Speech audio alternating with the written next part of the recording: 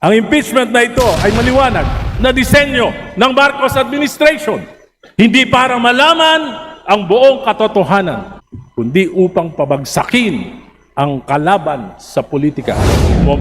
So ito nga mga kabayan, diretsahang sinabi ni Congressman Eris, napakanaraw ni Ferdinand Bongbong Marcos Jr. na ibaksak si Sara Duterte at walang moral sendery ang House para pa-impeachment si VP Sara Duterte. Watch po natin ang nagaganap sa Congress hearing na ito mga kabayan. Ang impeachment na ito ay maliwanag na disenyo ng Marcos administration, hindi para malaman ang buong katotohanan, kundi upang pabagsakin ang kalaban sa politika. Bumoto ba ng yes? Maririlisan? Ako si Egay Risen ng Caloocan. Naninindigan, patuloy na lalaban sa Administrasyong Marcos hanggang hindi nito masusumpungan ang katinoan. Of personal and collective privilege to defend my integrity against criticisms on my stand not to participate in this Congress's impeachment process. The gentleman from Caloocan has 10 minutes. Thank you, Mr. Speaker, my dear colleagues. With due respect to the members of the Justice Committee, I cannot in conscience agree that this Congress has the moral ascendancy to claim that the impeachment process is genuinely in pursuit of our constitutional mandate to uphold accountability. Why? Number one, the process beginning the 19th Congress is already tainted. Ito po ay pagpapatuloy lamang ng proseso na naganap ng 19th Congress. It is marked by hundreds of billions in infrastructure allocations and massive ayuda programs to cooperating legislator in the 19th Congress. The allegations of maleta and paper bags of cash during the impeachment process in the 19th Congress, hindi pa po ito naimbestigahan at hindi pa nare-resolve. One of the prime movers of the impeachment in the 19th Congress is Saldico, who resigned and left the country. Nakapagdududa. Dahil yung mismong nangunguna sa impeachment process ang siyang may hawak ng bilyong-bilyong pondo na nawala, nadala sa mga alokasyon, nadala sa mga flood control at anomalous projects. Maraming mga pahayag na nakakabahala, ngunit hindi natin ito iniimbestigahan. Kung susuriin lang natin ang mga allocation sa mga distrito ng mga legislators na aktibo sa impeachment process noong nakaraan. At marami pa rin mga aktibo ngayon.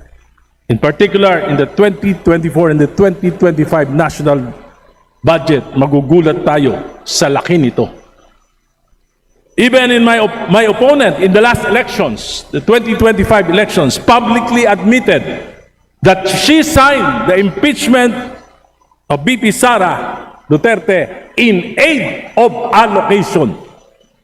Natatakot siya na hindi siya mabibigyan ng pondo kung hindi siya pipirma sa impeachment. These circumstances put serious doubts. Is this accountability or is this about political leverage? After the impeachment vote in the plenary, let us examine the status of the four later release allocations. Let us see if this correlates with how members will be voting in the 20th Congress.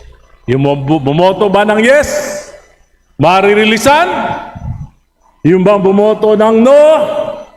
At yung mga abstain? Maririlisan? Malalaman natin ang katotohanan sooner or later.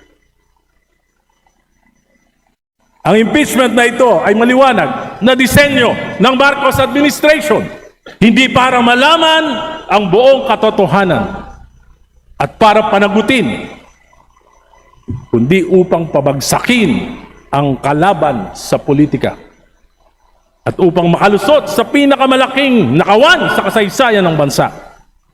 Ginagamit ang mga institusyon na dapat ay neutral tulad ng NBI, COA at AMLAC.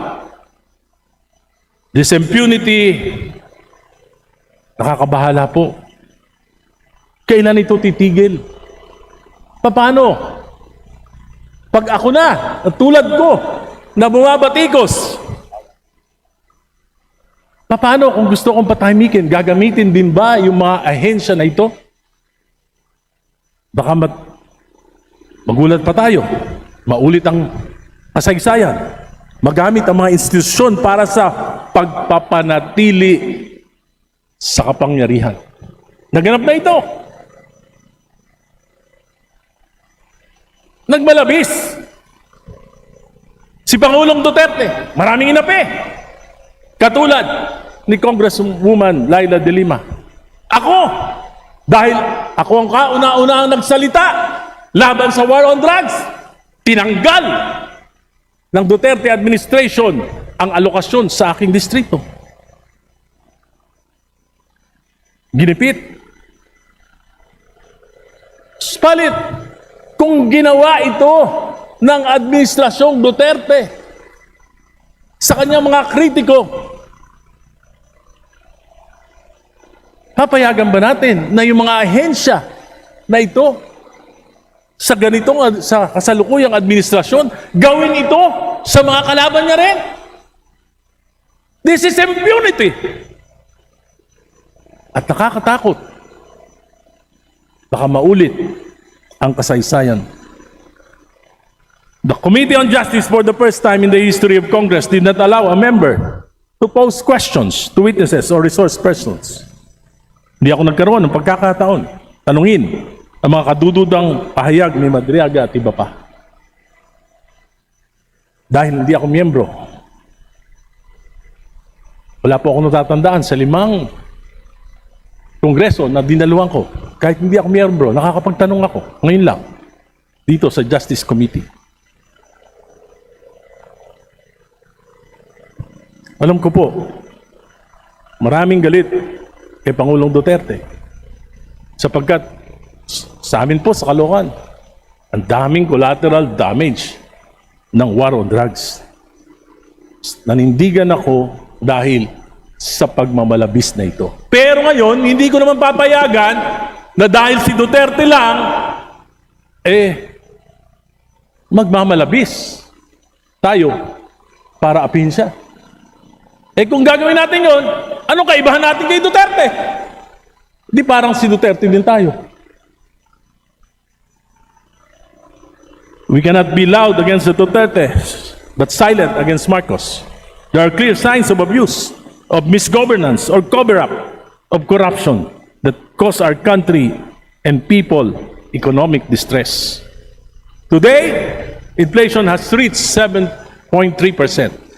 Habang kumakain tayo sa masarap at maraming putahe dyan sa South Lounge, nagdidildil ng asin ang ating mga kababayan. Habang abala ang administrasyon na pagtakpan ang mga kalokohan at supili ng mga kalaban, hirap na ang ating mamamayan. Mr. Speaker, I will not be swayed by allocations, by power or loss of it, by fear or threats. I will stand by the dictates of my conscience, guided by my discernment and prayers, and what I believe is for the betterment of our country. Kasaysayan ng husga kung sino ang umaatras sa laban at kung sino ang nakikipagsabwatan. Ako si Agay Risen ng Caloocan, nanindigan nung EDSA 1, nanindigan nung EDSA 2, lumaban kay Duterte sa war on drugs, 40 taong lumaban sa mga political dynasties. lumaban para kay Noynoy, para kay Cory, para kay Mar Rojas, patuloy na lalaban sa Administrasyong Marcos hanggang hindi nito masusumpungan ang katinuan. Maraming salamat po.